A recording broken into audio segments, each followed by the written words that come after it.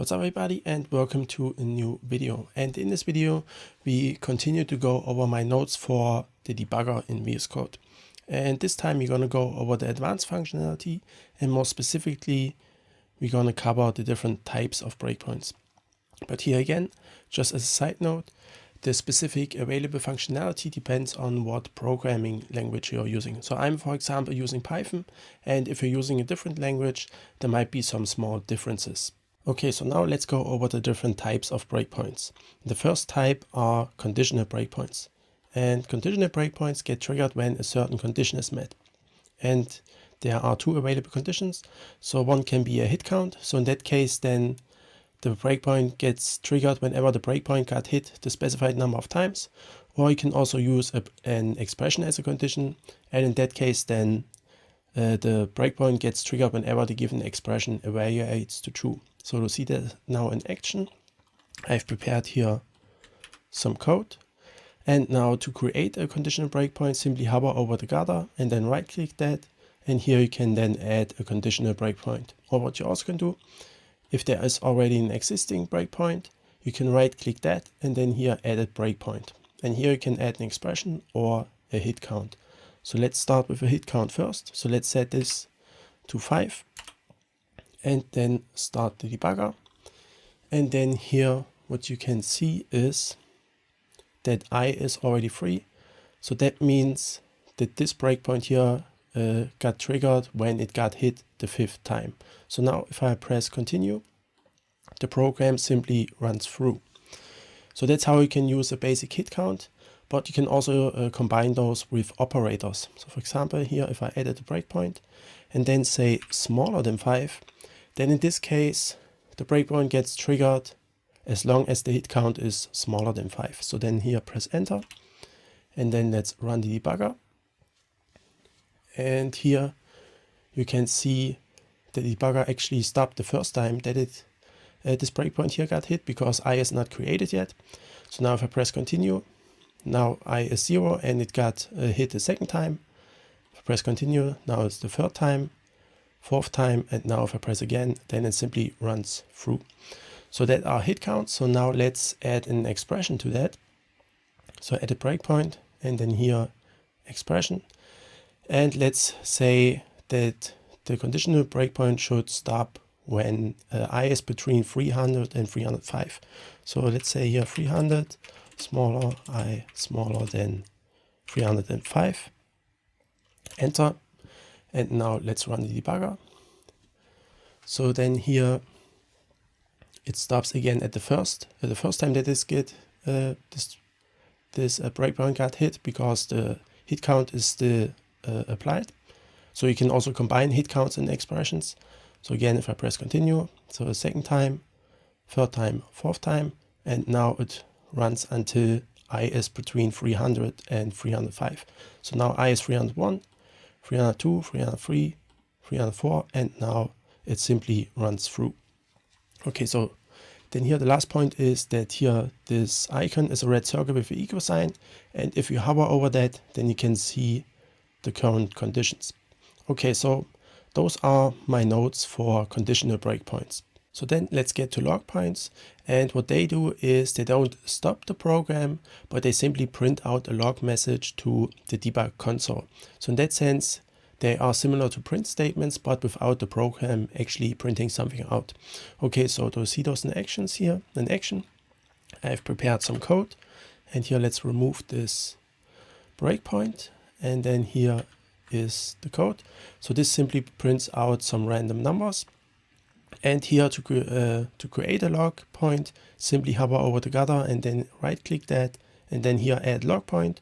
Or you can again just right click in the existing breakpoint and here edit, and then here the log message. And then here you can input your log message, and the log message is simply plain text, and expressions can be put into braces. So for example, let's here simply print out these random numbers. So let's say here random number colon and then braces, and then here let's put in the random number. So now let's press enter, and now let's run this, or let's start the debugger. And now the debugger simply runs through, so it doesn't stop at this breakpoint. And if we go here to the debug console, we can see the log messages. So the first random number was a -3, then a -1, and so on. So that's how we can use log messages or log points.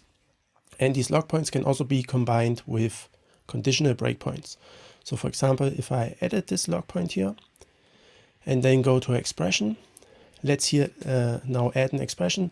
So let's say we only want a log message when this random number here is negative. So we're going to say random number smaller than 0 and then enter. And now let's start the debugger again. And again, it just runs through. And if we go to debug console, here now we have only printed out the log message when the random number was negative. And here I also have a side note, namely here in usage, there's the side note that says that you can filter the log messages via this input box here in the debug console. So to see that in action, let's add here a dummy line. So let's simply here say continue. So that way we can add here another log point. So for this log point, let's print out the maximum value of this list variable here. So let's say max value, and then here the parentheses, the braces, and then max of list. So then enter.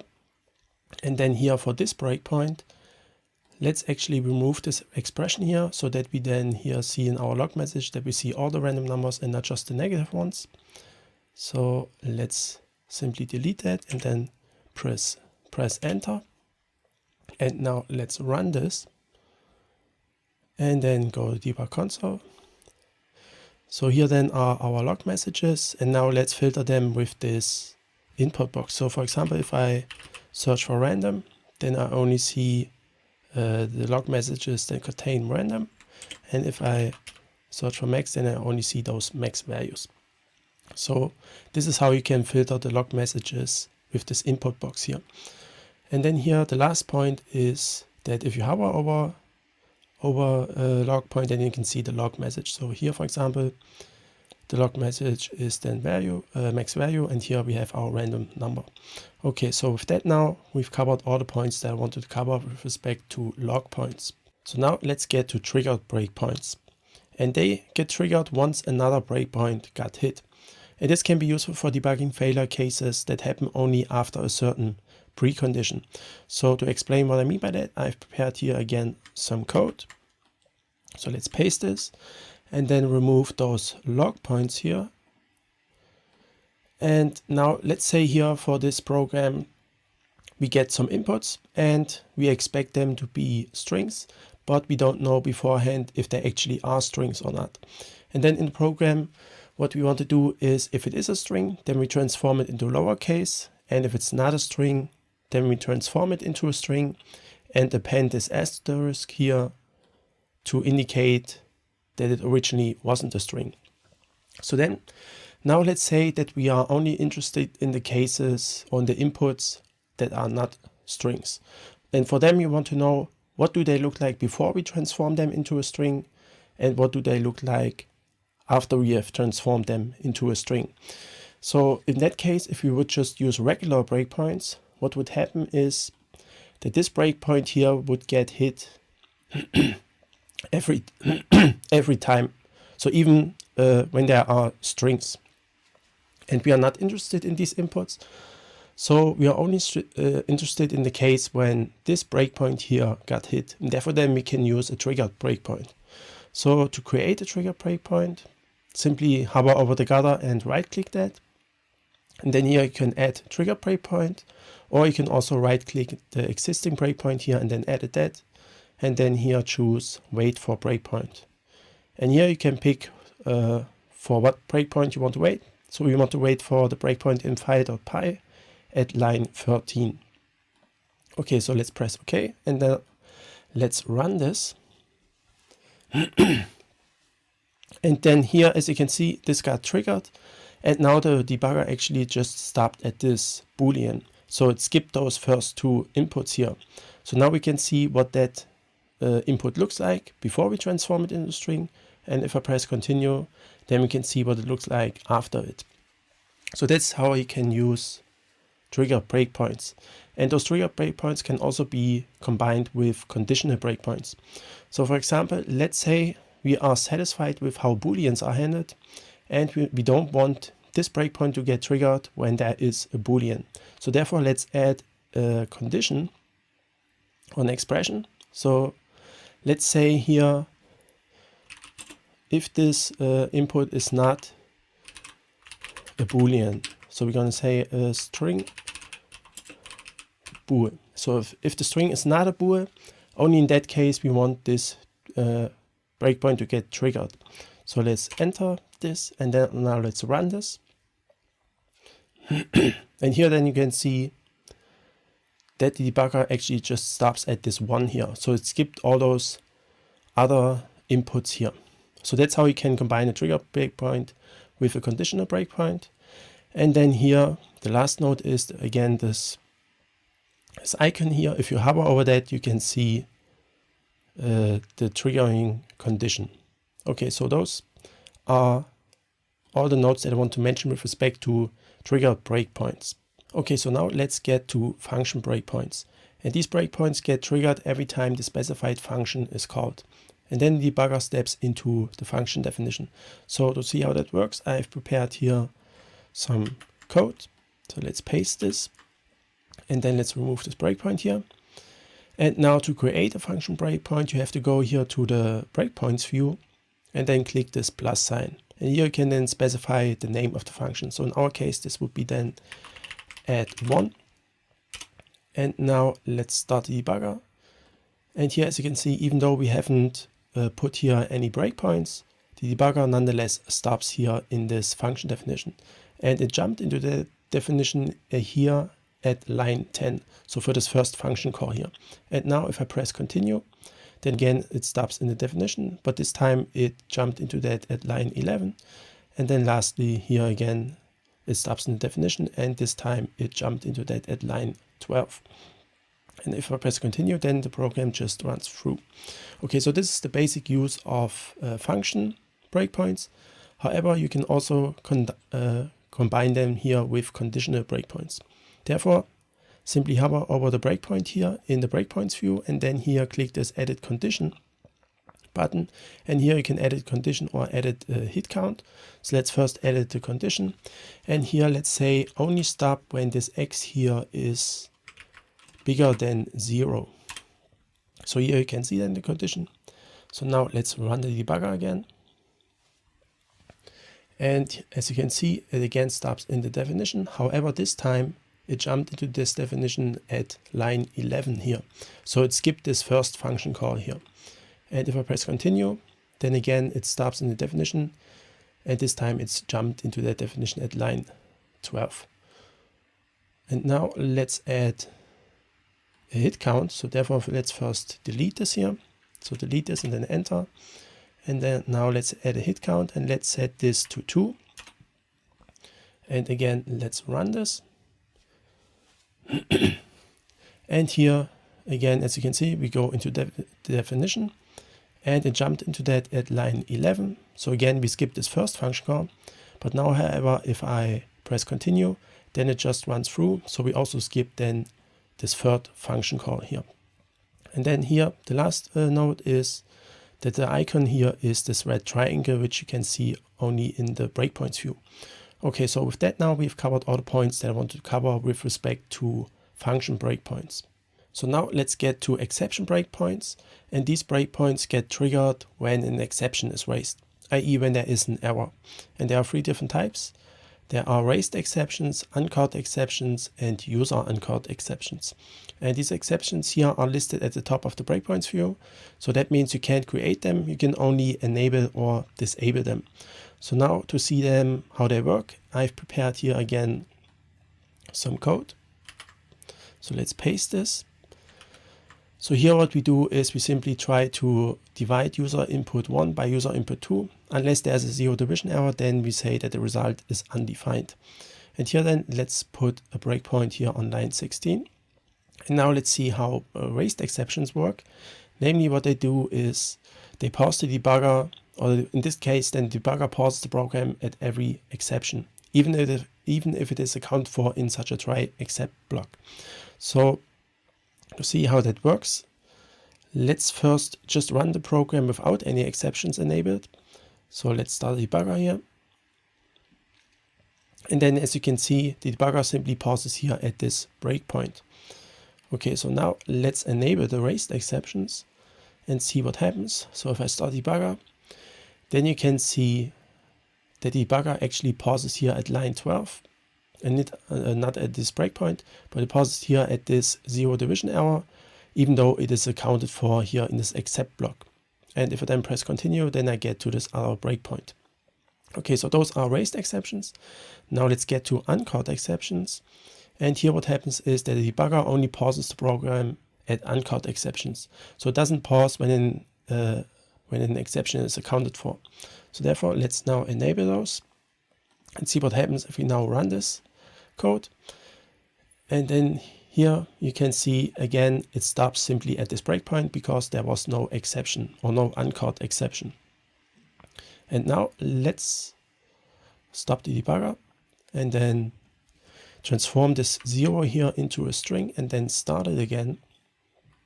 And now you can see the debugger again stops here at line 12 because there's a type error. So that means this is an uncaught error because we haven't accounted for in such an except block. Okay, so those are the main nodes. And here also I have a side note, namely by default uncaught exceptions are enabled. So when you open VS Code, this here is by default enabled. And that's because if you disable it and then run the debugger, what happens is the debugger doesn't pause here at this exception, but it simply stops working. And that's not the behavior that you want, because if there is any uncaught exception, then you want to investigate why it actually happened. Okay, so now let's get to the user uncaught exceptions. And here, the debugger only pauses the program at uncaught exceptions that originate from user code and not library code. i.e., if there's an uncaught exception in library code, then the debugger is not going to stop. However, that's only the case if that exception doesn't propagate back to the user code. And to show you what I mean by that, I've prepared here some code. So let's paste it into here. And now, however, before I can show you how those user uncaught exceptions work, I have to do two preparations. And the first one is that I have to disable the just my code setting. And we talked about this setting in the previous video when we talked about the basic functionality. And here then within the side notes, there's this note about the just my code setting. So I will put a link to that video into the video description. Okay, so now let's disable the setting. So therefore open here the settings and then search for just my code. And here you can then disable that. So that's the first preparation. And the second preparation has to do with this import statement here. Namely, this refers to the following file. Here in demonstration examples, debugger, and then here we have this my library code.py file. And here, however, if I now try to run the debugger, then you can see that we get an error message. Namely, it says here module not found error. And that's because this my library code.py file is not in the same folder as this file, .py file. However, that's not the issue, because we want this my library code.py file to be treated as library code. So therefore we need to put it into the same directory as, for example, the random module. And to find out where the random module is, you can run the following code. So let's here comment out this, and then let's run the file here in the terminal. So let's say python file.py, and then here is this path. So let's open that random.py file, and then here, when you right click the tab, you can reveal that in the file explorer. So this is the directory where this file is, and now we want to copy this file into this directory. So therefore let's open the folder for the VS Code tutorial. Then here demonstration examples, debugger, and then here my library code. And then let's simply paste that into here. So here is now this file, and later on you just then have to remember then to delete this file again. Okay, so those are the preparations that I wanted to do. And now we can check out what these user uncaught exceptions do. And here I want to cover two examples. And the first one is about an uncaught exception in the library code that propagates back to user code. And this is the case for this function 1 here. Namely, in that function we simply raise an exception, and this then propagates back to our user code here. So now let's see what happens when we run the debugger when uncaught exceptions are enabled. Therefore, let's here first set a breakpoint at line 10 and then start the debugger. And then here what you can see is that the debugger stops at line 9 because that's where the exception happens. Okay, so now let's stop it again. And now let's enable user uncaught exceptions and then run the debugger again.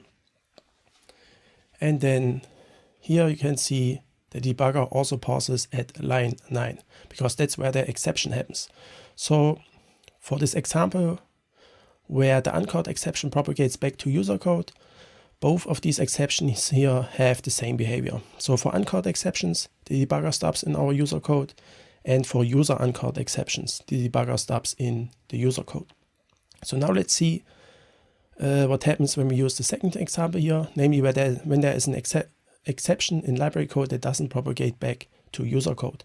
And this is the case for this function 2 here. Namely, here we create a thread, and within that thread then we call function 1 where the exception is raised. However, then this exception stays in that thread and doesn't break this code here. So then this print statement gets executed. So then this exception doesn't propagate back to our user code here. So now let's run the debugger with uncaught exceptions enabled. So let's run this. And now the debugger again stops at line 9 because that's where the exception happened. And then here in the thread, this exception here was raised. So again, the debugger stops in this case because there's an uncaught exception. And now let's enable user uncaught exceptions and then run the debugger again. And now, as you can see, the debugger actually stops at line 10. So it didn't stop at line 9, even though there was an exception in our library code here. Okay, so this is now an example where there's a difference between user uncaught exceptions and uncaught exceptions. And now in the side note here, I want to talk about the slides illustrating the relationship between the different exception breakpoints. And hopefully with that, it becomes more clear what the difference is between those different exception breakpoints. So here are the slides. And usually what you have is then some user code and some library code. And within those two code bases, you have some raised exceptions. And then within those raised exceptions, you have uncaught exceptions.